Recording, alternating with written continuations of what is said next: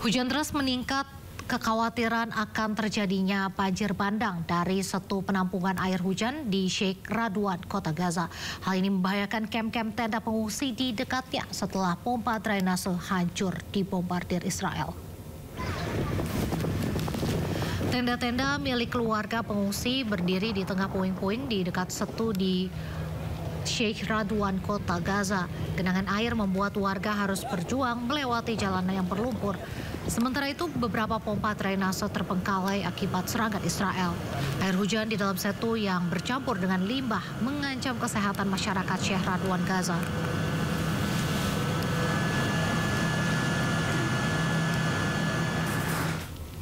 Informasi tadi menutup Sindo sore hari ini. Jangan lupa Anda bisa mendapat informasi terkini dan terbaru di kanal YouTube Sindo News dan atau melalui portal yang menghadirkan berita daerah, berita nasional, dan berita internasional di sindonews.com.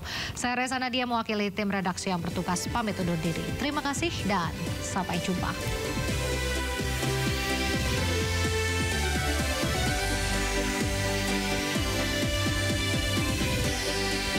4 orang tewas setelah pasukan Amerika Serikat meluncurkan serangan rudal terhadap sebuah kapal penyelundup narkotika di Laut Karibia. Intelijen Amerika Serikat melaporkan adanya kapal penyelundup yang diduga membawa narkotika di dalamnya. Pasukan Amerika Serikat kemudian meluncurkan rudal yang menewaskan 4 orang pria yang ada di dalam kapal.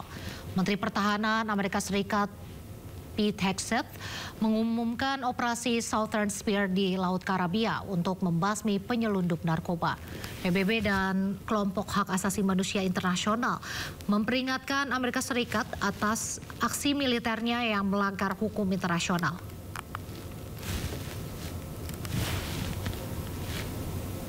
Informasi berikutnya pemirsa, kabar gembira bagi pengguna BPJS. Bila biasanya pasien BPJS harus melalui rujukan berjenjang ke depan, cukup kantongi 1 rujukan saja untuk bisa dilayani di rumah sakit terkait.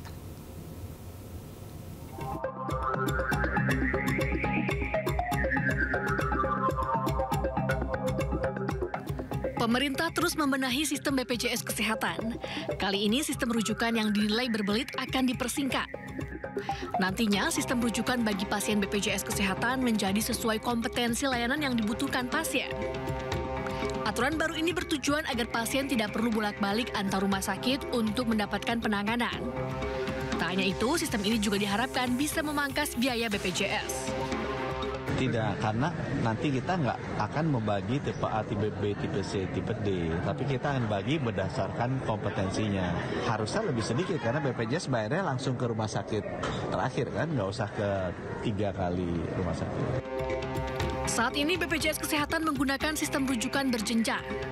Pasien BPJS mendapatkan rujukan dari Puskesmas atau Vaskes 1, kemudian dilanjutkan ke RS tingkat madya. Dari RS ini, bila alat tidak tersedia, pasien akan mendapatkan surat rujukan ke RS tingkat utama. Nantinya, dari RS ini bila dibutuhkan akan mendapatkan surat rujukan ke tingkat berikutnya, yaitu RS paripurna. Dalam sistem yang baru, pasien BPJS cukup mengantongi surat rujukan dari Puskesmas atau Vaskes 1. Nantinya pengecekan awal akan langsung diarahkan ke rumah sakit sesuai dengan kebutuhan penyakitnya. Tim Liputan iNews melaporkan. Gubernur DKI Jakarta Pramono Anung mengumumkan perkembangan pembangunan KRL dan LRT di Jakarta International Stadium. Pramono mengungkapkan pembangunan jalur KRL menuju JIS merupakan salah satu prioritas pemerintah DKI Jakarta untuk meningkatkan mobilitas masyarakat dan mengurangi kemacetan di Jakarta. Sementara itu, untuk LRT ada beberapa opsi rute yang sedang dipertimbangkan, antara lain dari Manggarai ke Duku Atas atau dari Velodrome ke Tanjung Priok, JIS, dan Ancol, serta ke PIK 2. Jadi yang pertama untuk KRL ini mudah-mudahan tahun ini sudah bisa beroperasi. Sekarang lagi finalisasi peron yang ada di bawah JIS dan mudah-mudahan segera diselesaikan sehingga dengan demikian kalau itu selesai maka KRL-nya selesai. Sedangkan untuk LRT rutenya sudah mendapatkan persetujuan dari pemerintah pusat. Jadi kalau rutenya sudah tergantung Jakarta sekarang kapan mulai dibangunnya. Dan untuk itu saya sedang menghitung apakah menyelesaikan yang pertama dari Manggarai ke Duku Atas atau dari Velodrome kemudian ke Tanjung Priok ke JIS. Pemirsa, Korps Marinir Angkatan Laut hari ini menggelar peringatan Hari Ulang Tahun ke-80 di Kesatrian Marinir R. Hartono, Cilandak, Jakarta Selatan. Dalam peringatan HUT ke-80 di Kesatrian Marinir R. Hartono, Cilandak, Jakarta Selatan, para prajurit menampilkan demonstrasi ketangkasan yang memperlihatkan kemampuan tempur. Selain itu, untuk mempererat hubungan dengan masyarakat, Korps Marinir menggelar panggung prajurit dan pesta rakyat yang menghadirkan hiburan. Korps Marinir merupakan pasukan elit Tentara Nasional Indonesia Angkatan Laut. Pasukan Baret Ungu ini menjadi salah satu pilar utama pertahanan negara, khususnya dalam menjaga kedaulatan wilayah laut dan pesisir.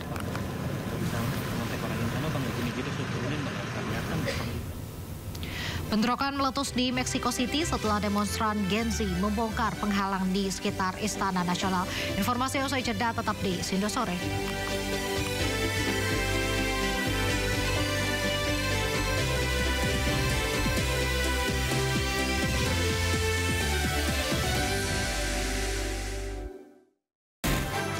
Sumber berita aktual tersaji lengkap di sini. 7 pelaku dalam kasus Hezbollah meluncurkan belum mengetahui menjadi Sindo Today. Satres narkoba. Hujan deras disertai Mobil rombongan wartawan. Sindosia. Korban meninggal dunia dan Indonesia, 100 orang terluka dalam. Sindo Sore. Kobaran api besar banjir setinggi 7. Hati berjabat tangan dan berbincang akrab. Sindo Malam. Sindo News TV. Beyond Headline. Ragam peristiwa terjadi di banyak tempat. Menelantarkan bayi berusia 3 bulan. Ditemukan narkoba di dalam rumah. Menabrak tiang pipa milik perusahaan minyak dan gas asing. Mengabarkan secara update dan faktual. Warga pun ramai-ramai berjibaku mengevakuasi mobil. Harus menyeberangi sungai Cikaso. yang menampilkan sejumlah alat yang rusak Setelah nekat meracik obat. Sindo Files. Setiap Senin sampai Jumat jam 6 sore. Di Sindo News TV. Daru itu meninggal bukan karena bunuh diri.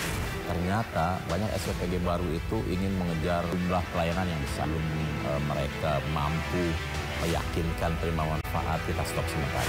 Ini kalau trafficking itu selalu ada kaitannya dengan aparat investigasi dengan tuntas. Itu ya dilacak semuanya lah. Jangan lewatkan One on One. Senin pukul 9:30 malam. Di Sindo News TV.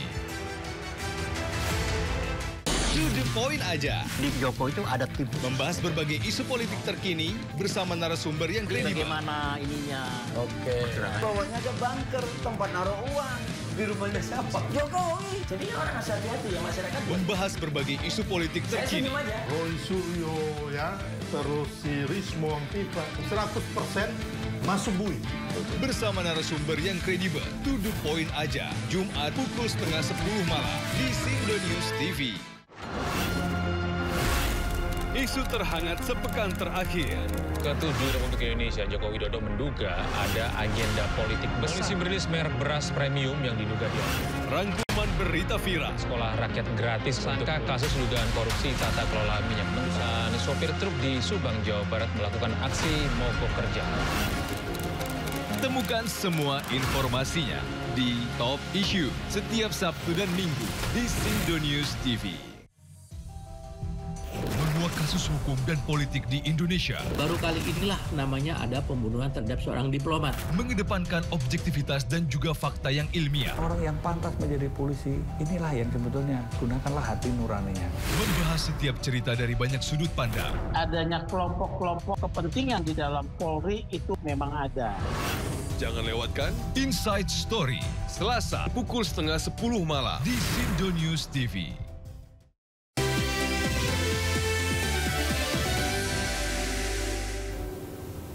Kembali di Sido Sore pemirsa, bentrokan meletus di Mexico City setelah para pengunjuk rasa Gen Z membongkar penghalang di sekitar Istana Nasional. Polisi terpaksa melepaskan gas air mata dan menangkap sejumlah orang.